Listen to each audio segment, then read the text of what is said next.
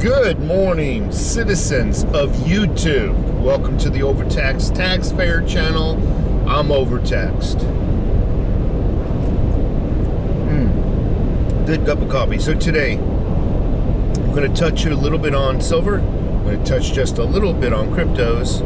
And we're going to talk about my theory on why the current president is willing to go down as the worst president on file. But first, if you haven't subscribed, help me reach my goal of 20,000 subscribers and subscribe. Give me a like or a thumbs down if you think I deserve it. One more sip.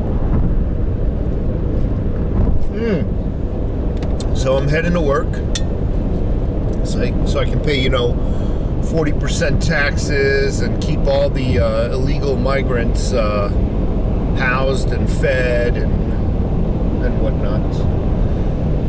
I look at silver this morning, went back up to $24.24, I think I saw. Again, it's going to fluctuate 24, 25. It's going to jump all the way up into the, the 25 cent range and then back down to 24. It's just going to hover around, give or take 50 cents. It's going to hover right around what it's doing now. I really wish it would do something, either jump up significantly or just freaking take a crash dive so we can buy more. I'm still waiting on the two tubes I bought. That's a total of 40 silver eagles. Haven't arrived yet. Cryptos. If you folks are still using Exodus for your exchange, get rid of it. They're nickel and diming people to death. I did a swap on Simple Swap that came out cheaper, and I got more cryptos on Simple Swap than I would have if I would have tried to do it on Exodus. I actually set it up on Exodus, saw how much they're willing to give me. And I mean, you send something in, they charge you. You do a swap or an exchange, they charge you. You send it off, they charge you. And the fees that they charge you, it's not that they're charging you every step of the way. It's that the amount that they're charging you is just flat out ridiculous. It truly is. You folks are using Exodus, think of something else. You got Gemini, you got Qcoin. A lot of those come up. If you do a search on the exchange, cryptocurrency exchange fees, those words in Google, you'll find that Exodus isn't even on the top 15. Get rid of it. I think they're jokes. Simple Swap has really worked nice for me. Okay, so got silver out of the way, currently sitting at 24 bucks. Talked about cryptocurrencies. By the way, speaking of cryptocurrencies are actually taking a curve upwards. Bitcoin got up to $67,000 last night. I think it got to 67,177 just before I shut the computer down. It drove a lot of the cryptocurrencies up. XRP, what was it? It was hovering right around 127, fluctuated back down to 125, 127, 125. You get the point. So it's it's pulling a lot of the altcoins up with it, with Bitcoin. So why, as a president, are you willing to go down on paper as the worst president in history? The polls show his numbers in the 30s and in the 40s.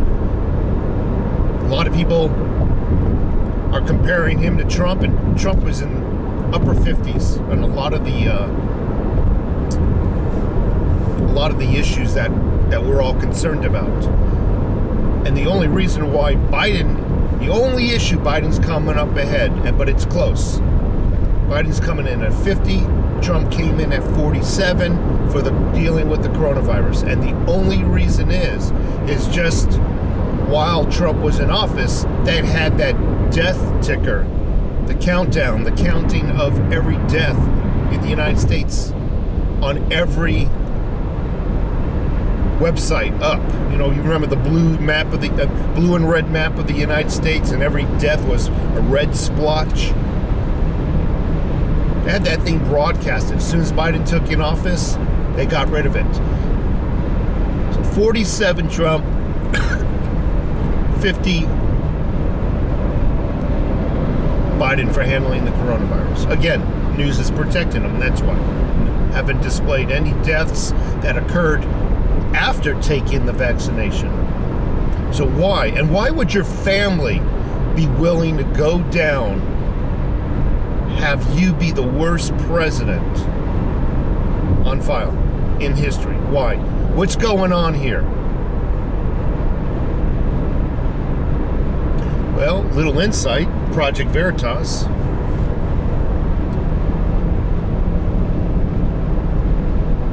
His home was raided, pre-dawn raid, over a journal that was given to him. He hadn't even published it. He hadn't even sent it on the email or anything to anybody. It was given to him by an anonymous source. Sounds like an anonymous source who really set him up. But he decided after looking at it that he wasn't going to do anything with it. He wasn't going to post it on any internet sites or anything. It all leads back to Biden's son, Hunter. So, could it be, with the laptops and everything that were found, that we're not allowed to know the contents of these laptops? Could it be, by the way, I heard there was nude pictures on the laptops, not counting all the other detrimental information, but there was a lot of nude pictures of youngsters on Hunter's laptop. From what I heard some of the pictures was his own sister. So, regardless of whether I'm right or wrong, you keep that information from the public, and you tell him, hey, you're going to be our president, and you're going to do exactly what I say, or we say, or this information gets out to the public. Notice we haven't got any information what was on those laptops, any information at all pertaining to Hunter,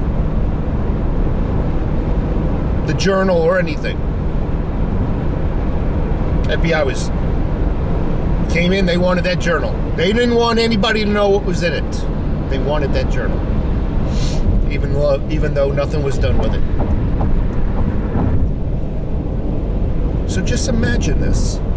Your family saying, hey, we don't want to go down as criminals. We'd rather go down as just incompetent presidents. I mean, an incompetent president and his family is what I meant. Think about that for a moment. And then you have somebody who's willing to destroy the economy, all for the socialist agenda. Now, just this morning, I was listening to the news. Biden and his cronies are thinking about taking down another oil gas line here, supply line in the United States. Why would you do that? Why? It drives the prices up.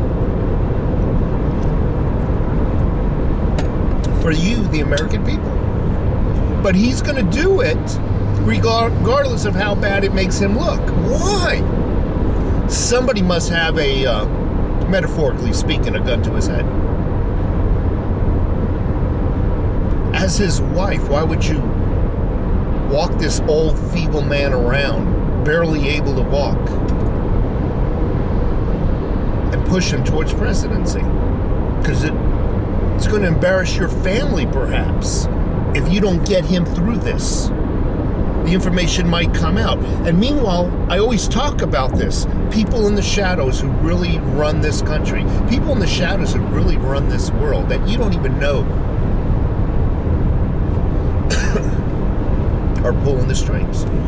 I truly believe Obama is actually running the show. He's actually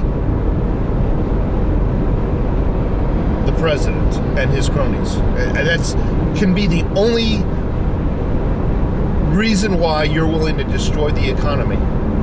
Raise prices. I always talk about this, and I know I'm going off on a little bit of a tangent. What happens when you raise prices? I know you pay more. That's not what I'm going for. You pay more. But because we do not have a flat tax system, our taxes are based on a percentage of what we earn. By causing prices to increase, you're actually able to collect more taxes.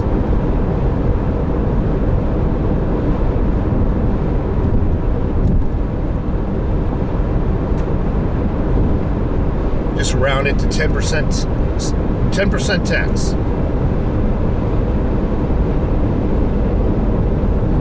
One week, again, I'm just doing it mathematically simple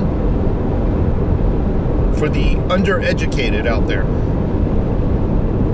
Go out and you make $100 in 1 week in a paycheck. 10% of that is $10.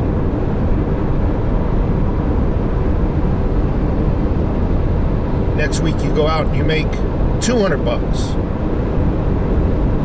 Government can collect $20. The same thing. If you can drive the prices up by increasing everybody's minimum wage, by shutting down